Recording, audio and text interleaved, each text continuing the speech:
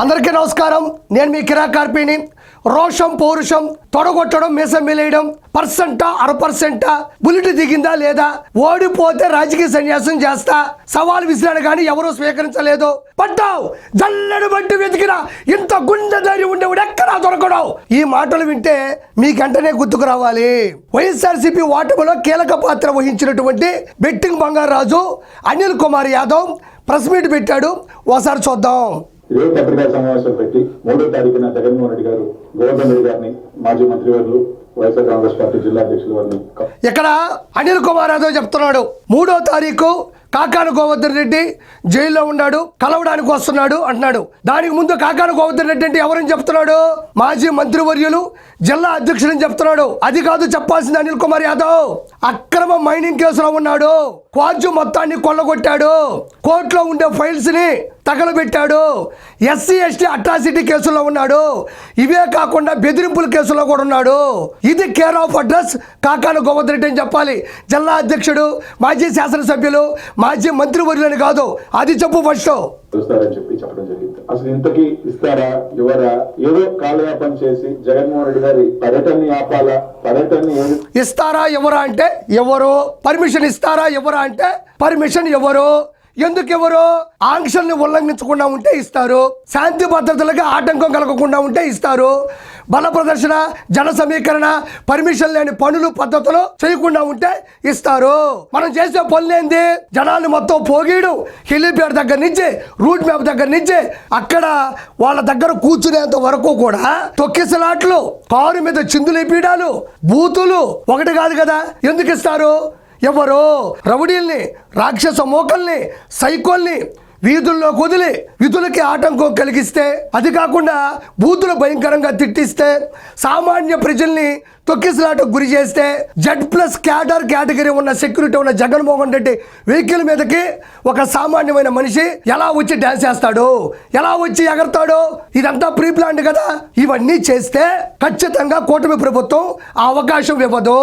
ప్రభుత్వం కానీ శాంతి భద్రతలకు సంబంధించినటువంటి ఎటువంటి విషయాల్లో కూడా ఆటంకం కలిగిస్తే ఒప్పుకోదు. అది ఎవరికైనా తెలుసు కాబట్టి ఇవ్వదు. ఒకవేళ ఇద్దాం అనుకున్నా మీరు ఆ పనులు మాత్రం మార్చరు. అడ్డుకోవాలన్న కార్యక్రమం తప్ప ఒకటి అడుగుతా ఉన్న ఈ ప్రభుత్వాన్ని, జగన్మోహన్ రెడ్డి గారు దిగి కాకాని గోవర్ధన్ రెడ్డి గారిని చూసే కార్యక్రమంలో ఎందుకు ఇంత ప్రభుత్వం భయపడుతుందో నాకు తెలియదు. జగన్మోహన్ రెడ్డి గారు బయటకు వస్తే ఈ మధ్యగా చూసాం, జగన్మోహన్ రెడ్డి బయటకు వస్తే ఆయనకి అభిమానులు ఉన్నారు, జనసంద్రం ఉంది, జన సముద్రం ఉంది అని చెప్పేసి గవర్నమెంట్ భయపడట్లా. పొదులకి వెళ్ళాడు, పిలవని పేరంటానికి వెళ్ళాడు, పొగాకు రైతులను కలిశాడు. అక్కడ ఎంత ఇబ్బంది పెట్టాడో ప్రజలందరూ కూడా లైవ్ లో చూస్తా ఉన్నారు. అదే విధంగా తెనాలికి వెళ్ళాడు. ఆ ముగ్గురు ఎవరు? డ్రగ్స్ గంజాయి మొత్తం ఉండేటువంటి ఓ ముగ్గురు ఒక కానిస్టేబుల్ ని చంపైపోతే అతన్ని తీసుకొచ్చి పనిష్మెంట్ ఇస్తే అలాంటి వ్యక్తులని వెనకేసుకొని రావడానికి అక్కడికి వెళ్ళాడు. అక్కడ ఎలాంటి ఇబ్బందులు పెట్టాడు అన్నది కూడా ప్రజలు చూశారు. అదే విధంగా మొన్నటికి మొన్న సత్యన్నపల్లిలో రెంటపాల్ అనే గ్రామంలో నాగమల్లేశ్వరరావు అనే ఉప సర్పంచ్ 30 కోట్ల రూపాయలు జగన్మోహన్ రెడ్డి మీద బెట్టింగ్ కాస్తే అతను చనిపోతే అతన్ని కలవడానికి వెళ్ళి టైర్ కింద ఒకరిని, ఆ పక్క ఒకరిని, ఈ పక్క ఒకరిని మొత్తం కలిపి ముగ్గురిని లేపాడు. అదే కాకుండా సామాన్యమైనటువంటి మనుషులు ఎంత ఇబ్బంది పడుతున్నారో అందరికీ తెలుసు. రూట్ మ్యాప్ లేకుండా, చెప్పిన పరిస్థితులకు వెళ్లకుండా ఇలాంటి పనులు చేస్తున్నాడు. కాబట్టి గవర్నమెంట్ భయపడుతుంది. ఎందుకంటే ఓట్లేసింది మనం అధికారంలో ఉన్నది ప్రజలకు తిరిగి మంచి చేయడానికి తప్ప వాళ్ళని ఇబ్బంది కలిగించడానికి కాదు. కాబట్టి జగన్మోహన్ రెడ్డి వస్తే నిజంగానే ఆలోచిస్తున్నారు. జగన్మోహన్ రెడ్డి కూర్చే జనాలు ఎలాంటి వాళ్ళు, ఆ రౌడీలు, ఆ సైకోలు, ఆ రాక్షస మోకల గురించి ప్రజలందరికీ లైవ్ లో తెలుసు. సత్తెనపల్లిలో హెలిప్యాడ్ అడ్డుకుంటే ఏ విధంగా జనాలు వచ్చారో చూసాం. ఇదే విధంగా బయటకు వస్తే మీ మీద నా వ్యతిరేకత కానీ, మీ మీద ఏదైతే మీరు ప్రామిసెస్ చేసినవి అన్ని కూడా 100% కూటమి ప్రభుత్వం ప్రతి ప్రామిస్ని కూడా అమలు పరుస్తుంది. 1వ తారీఖు టెన్షన్గా పింఛన్లు ఇస్తున్నారు. 203 అన్నా క్యాంటీన్లు ఓపెన్ చేశారు. కేంద్రం నుంచి నిధుల్ని మంజూరు చేసుకుంటున్నారు. మెగా డిఎస్సి నోటిఫికేషన్ జారీ చేశారు. తల్లికి వందనం అమలైంది. రానున్న రోజుల్లో అన్నదాత సుఖీభవ, దానితో పాటు ఫ్రీగా బస్సు కూడా ఇవ్వబోతున్నారు. ప్రతి ఒక్క ప్రామిస్ కూడా అలవర్చబోతున్నారు. ప్రత్యేకమైన అమరిక జరగబోతుంది. ఆ విషయంలో ప్రజల నుంచి ఎటువంటి లోటుపాట్లు లేవు. గవర్నమెంట్ అద్భుతంగా పనిచేస్తుంది. ఆ విషయంలో ప్రజలు ప్రజలు హర్షిస్తున్నారు. నువ్వేదో కూర్చొని మాట్లాడబాక. ప్రజల్ని కూడా బయట జగన్మోహన్ రెడ్డి గారి మీద ఇంకా కూడా రెట్టింపు అభిమానంతో బయటకు వస్తున్న చూసి ఒక కుట్రతో ఈరోజు రెట్టింపు అభిమానంతో రావడంలా గంజా దాగేసి వస్తున్నారు, మందు దాగేసి వస్తున్నారు, రాక్షస మోకలు వస్తున్నాయి, సైకో బ్యాచ్ వస్తుంది. రెట్టింపు అభిమానంతో రావడం లేదు. మీరు సమీకరించి గంజాయి ఇచ్చి మంది ఇచ్చి ముందుగా ప్లాన్ ఇచ్చి వాళ్ళందరినీ తీసుకొని వస్తున్నారు తప్ప జగన్మోహన్ రెడ్డికి అభిమానులు లేరు. మరి అభిమానులు ఉంటే జనాలుంటే జన సమీకరణ జరిగితే మరి ఎందుకు వాళ్ళు 2024లో మీకు ఓట్లేయలేదు? ఎందుకు ఓట్లేయలేదంటే వాళ్ళంతా రౌడీలు. మీరు ఆ రౌడీలు చూసిన ఏ జనాలు కూడా మీకు ఓట్లేలా కార్యక్రమం చేస్తా ఉన్నారు. ఇది మీ పరిస్థితి. ఈరోజు ఒక్కటైతే చెప్తా ఉన్నాం, మీరు ఎంత అడ్డుకోవాలనంటే, మీరు ఎంత అడ్డు చూసి చేయాలనుకున్నా 3వ తారీఖున జగన్మోహన్ రెడ్డి గారు రావడం తథ్యం. దాన్ని ఎవరు ఆపే ప్రసక్తే లేదు. మీరు హెలీప్యాడ్ పర్మిషన్ మీరు ఎన్ని కుట్రలు చేసి ఇవ్వకపోయినా మాకు చాలా మార్గాలు ఉన్నాయి. జగన్మోహన్ రెడ్డి గారు వచ్చేదానికి చాలా మార్గాలు ఉన్నాయి. తప్పకుండా జగన్మోహన్ రెడ్డి గారు వస్తారు, గోవర్ధన్ రెడ్డి గారిని కలుస్తారు. ఒకవేళ మీరు అనుకున్నట్టు వేరు కలవనీకుండా తప్పకుండా వాళ్ళ కుటుంబానైనా కూడా ఖచ్చితంగా 3వ తారీఖు. ఇక్కడ ఫస్ట్ ఏమన్నాడు అనిల్ కుమార్ యాదవ్, మీరు ఎంత అడ్డు చెప్పినా ఎంత అడ్డు వచ్చినా జగన్మోహన్ రెడ్డి గారు రావడం తథ్యం అన్నాడు. సరే పోనీ ఎలివేషన్ అద్భుతంగా ఉందనుకున్నా, మీరు అనుకున్నట్టుగానే పర్మిషన్ ఇవ్వకపోతే వాళ్ళ ఇంటికి వెళ్ళి పరామర్శించి వెళ్ళిపోతాడంట. ఆ మాత్రం దానికి రావడం ఎందుకు? 100% పర్మిషన్ మీకు రాదు.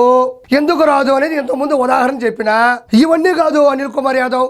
ఫస్ట్ మనకి హెలిప్యాడ్ పర్మిషన్ ఉందా, రూట్ మ్యాప్ ఉందా, ఎక్కడ దిగాలి, ఎక్కడ ఏడవాలి, ఇవన్నీ ఉన్నాయో లేదో పక్కన పెట్టు.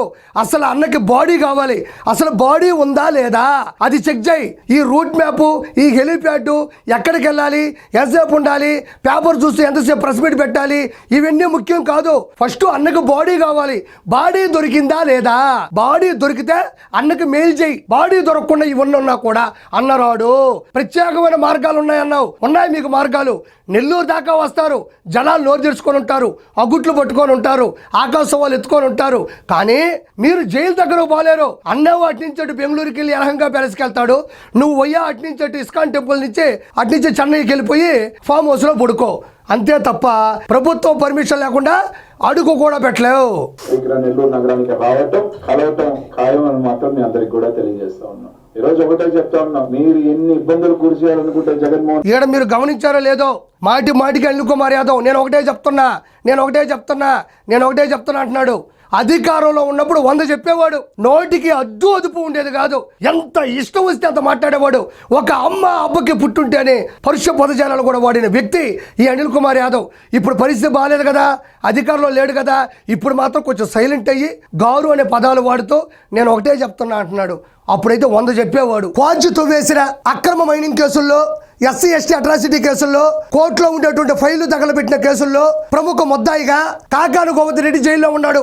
జైల్లో ఉండే కాకాని గోవర్ధన్ రెడ్డిని జగన్మోహన్ రెడ్డి కలవడానికి అత్యుత్సాహం చూపిస్తున్నావు. ఈ అత్యుత్సాహం అన్న అసెంబ్లీ వెళ్ళడానికి, అసెంబ్లీలో కూర్చోవడానికి, అసెంబ్లీలో కూర్చుని ప్రశ్నించడానికి ఆ అత్యుత్సాహం ఏదో అన్న వైపు చూపించు. 11 సీట్లు వచ్చినాయి. పులివెందుల, రాజపేట, బద్వేలు, పొంగనూరు, తంబాలపల్లి, ఆలూరు, మంత్రాలయం, దర్శి, ఎర్రగొండపాలెం, పాడేరు వరకు 11 సీట్లు వచ్చినాయి. 11లో అన్న కూడా పులివెందుల నుంచి శాసనసభ్యుడు 10 మందిని పోనివ్వట్లేదు, అన్న రావట్లేదు. కాబట్టి అనిల్ కుమార్ యాదవ్ అన్నని ఫస్ట్ అసెంబ్లీకి పంపించు, తర్వాత నెల్లూరుకి రప్పించు. అంతే తప్ప ప్రజలకు న్యాయం చేయాల్సిన చోట మాత్రం ఉండకపోగా ప్రజల్ని ఇబ్బంది పెట్టే చోటకు రానివ్వడం తప్పు.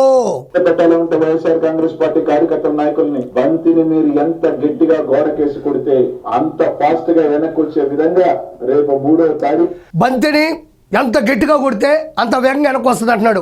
ఇది న్యూటన్స్ థాట్లా, అంటే చర్యకి సమానమైన వ్యతిరేక దిశలో ప్రతిచర్య ఉంటుంది. కానీ నేను చెప్తున్నా, గుర్తుపెట్టుకో అనిల్ కుమార్ యాదవ్, మీ బంతి ముందుకెళ్తా తప్ప వెనక్కి రాదు. న్యూటన్స్ థాట్లా జగన్మోహన్ రెడ్డి విషయంలో ఫెయిల్ అయిపోద్ది. ఇది 100% నిజం. బంతి ఎంత గట్టిగా కొడితే అంత గట్టిగా వస్తుంది. ఇది నిజమే. న్యూటన్స్ థర్డ్ లా ప్రకారం చర్యకి వ్యతిరేక దిశలో సమానమైన ప్రతిచర్య ఉంటుంది. బట్ జగన్మోహన్ రెడ్డి విషయంలో బంతి ఫెయిల్ అవబోతుంది, న్యూటన్స్ థర్డ్ లా కూడా ఫెయిల్ అయిపోతుంది. రానున్న 2029లో పూర్తిగా పార్టీయే ఫెయిల్ అయిపోతుంది. కాబట్టి ఇంకా మనం అన్నీ ఆపుకుంటే మంచిది. Thank you so much.